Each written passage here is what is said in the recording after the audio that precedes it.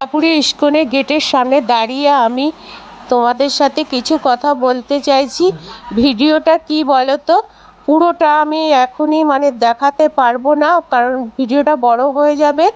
আবার আগামী পর্বে তোমরা দেখে নিও। আর এটা হলো মায়াপুরে ঢোকার ইস্কনের গেট। মানে তো আমি যাচ্ছি, তার সাথে সাথে তোমরা দেখতে থাকো, আমার সাথে সাথে ভিডিওটা আমিও দেখছি, তোমরাও দেখতে থাকো। ভয়েসটা পরে দেওয়া হচ্ছে। তো আর তোমরা যারা আমার নিয়মিত ভিডিও দেখো তারা তো জানো যে এই দিদিভাই ঠিক মতন ভয়েস দিয়ে এখনও শিখে উঠতে পারিনি ভয়েস দেওয়াটা। তো প্লিজ তোমরা কেউ কিছু না মনে করে তোমরা ভিডিওটা দেখতে থাকো। খুবই রোদ ছিল, রোদের এসে তাপে কি বলতো, আমি ঠিক মতন, তো তোমরা যারা আমার ভিডিও দেখো তারা তো জানোই যে আমি ঠিক মতন ক্যামেরাও অতটা করে শিখে উঠতে পারিনি। তো এই কারণে আমি ঠিক মতন তোমাদের দেখাতে পারছি না।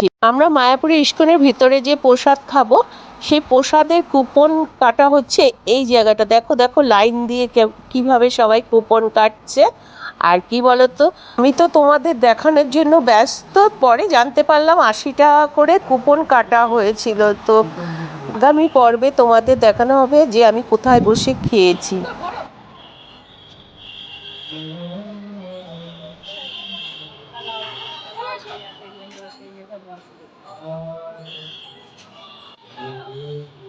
সবাই তুলছে কেমন করে তাহলে?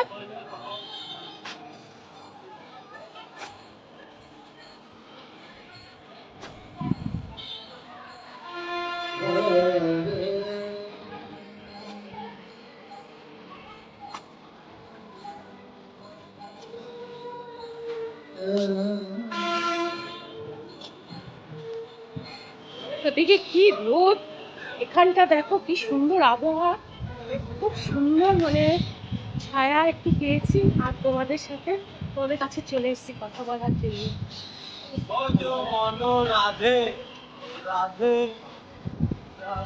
চলো যতটুকু পারবো তোমাদের কাছে তুলে ধরার চেষ্টা করবো। কোথায় এসেছিস তো তোমরা বুঝতেই পারছো।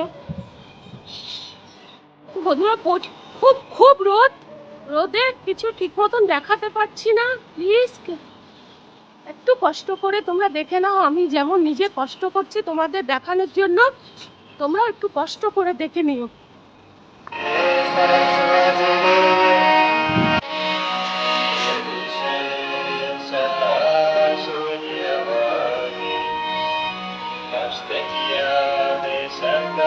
এবার আমি যাচ্ছি মন্দিরের কাছে, আর আমার সাথে সাথে তোমরাও চলো, কষ্ট করো একটু, দেখতে থাকো। আর কি বলো তো, তোমাদের দেখাতে পারবো না মনে হয় যে মন্দিরের ভেতরের ঠাকুরগুলোকে।